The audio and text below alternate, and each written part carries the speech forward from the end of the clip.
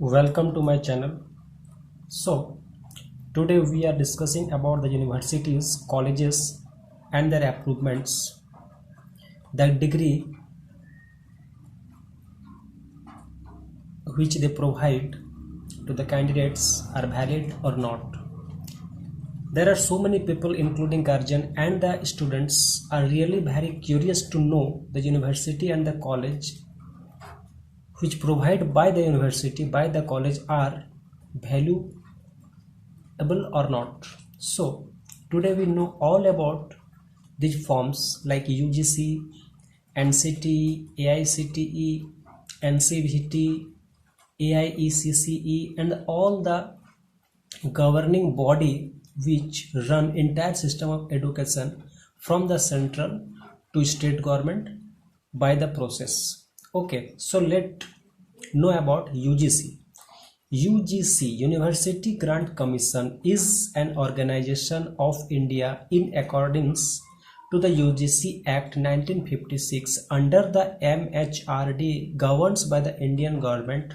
No university is permitted to run colleges without approval of UGC. If it is not approved by the UGC, it is considered the illegal or fake university and your degree considered invalid. Okay, so अगर आपने किसी ऐसे college से admission ले लिया और वो college अगर आपका यूजीसी से मान्यता प्राप्त नहीं है तो आपका जो आने वाला समय में डिग्री मिलेगा वो डिग्री आपका कहीं ना कहीं इनवैलिड माना जाएगा because the college is not undertaken by the UGC. Okay, UGC विश्वविद्यालय अनुदान आयोग को कहा जाता है. Currently the UGC act as the funding body and the regulator of all university in our country. जितने भी हमारे देश में यूनिवर्सिटीज़ हैं चाहे वो प्राइवेट हो, डीम्ड हो, सेंट्रल हो, स्टेट गवर्नमेंट का हो, वो सभी यूनिवर्सिटी का यूजीसी से एफिलिएटेड होना बहुत ज़्यादा ज़रूरी होता है. एंड अगर आपका कोई भी कॉलेज कॉलेज या यूनिवर्सिटी यूजीसी से अप्रूव्ड है, एफिलिएटेड है, तो आपका certificate in India and outside of India is 100% valid. So before taking admission you must check the website of UGC and search the college और यूनिवर्सिटी फर्स्ट. ओके, अगर आप किसी भी कॉलेज में एडमिशन ले रहे हैं, आपको अगर उस कॉलेज में किसी भी तरह का डाउट्स है तो ये डाउट्स क्लियर करने के लिए सिंपली आप यूजीसी का वेबसाइट में जाएंगे. यूजीसी का वेबसाइट में जाके आप उस यूनिवर्सिटी को सर्च करेंगे और वो यूनिवर्सिटी अगर यूजीसी के गाइडलाइन में आता है, एफिलिएटेड है, तो आपका वो कॉलेज का जो डिग्री है 100% वैलिड होगा. Okay, let me clear types of university. There are mainly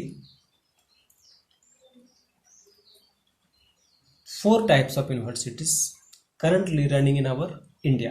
First, Central University, established by the Act of Parliament or the Department of the Higher Education, जो कि पार्लियामेंट का एक एक्ट है उसके तहत उसका इस्टेब्लिश किया जाता है, या हायर एजुकेशन या डिपार्टमेंट से भी उसको कहीं ना कहीं इस्टेब्लिश किया जा सकता है. हमारे अगर हम बात करें झारखंड का, तो झारखंड में ब्राम्बे में एक सेंट्रल यूनिवर्सिटी ऑलरेडी चल रहा है जो कि रांची में है. अगर हम बात करें 2 नंबर में states university run by the states government. Suppose हमारे यहाँ जैसे Kolhan university, VPU Vinoba Bhave university, Sidhu university, Vinod Bihari Koyalanchal university, ये सारे जो यूनिवर्सिटी वो स्टेट यूनिवर्सिटी के अंतर्गत आते हैं जो कि यूजीसी से एफिलिएटेड होते हैं.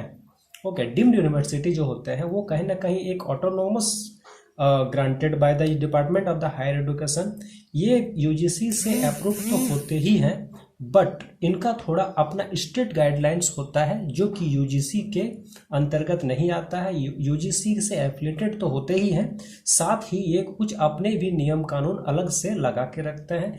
हमारे झारखंड में अगर बात करें तो BIT मेसरा है, ISM धनबाद है, ये सब डीम्ड यूनिवर्सिटी में आते हैं.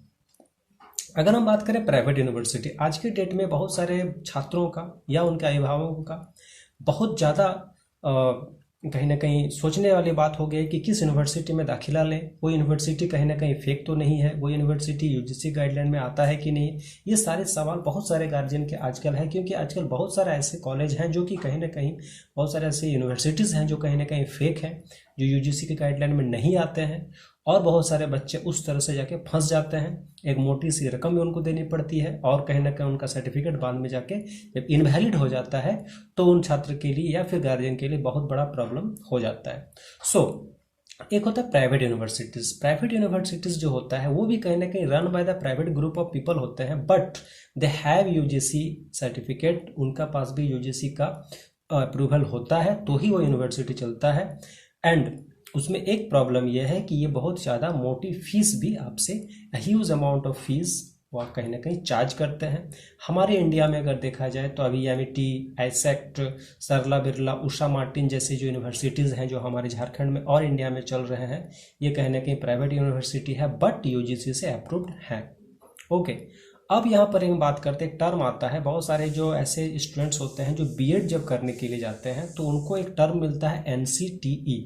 ये एनसीटीई क्या है? अभी तक तो हम लोग समझ रहे थे यूजीसी से अप्रूव होने से काम चल जाता है, बट अगर आप टीचिंग के लाइन में जाना चाहते हो, अगर आप बीएड करना चाहते हो तो your college must be approved by the NCTE. Okay, so NCTE क्या है? National Council for Teachers Education is the statutory of the body of the Indian government set up under the National Council for Teacher Education Act with the standards, procedures and the process in the Indian education।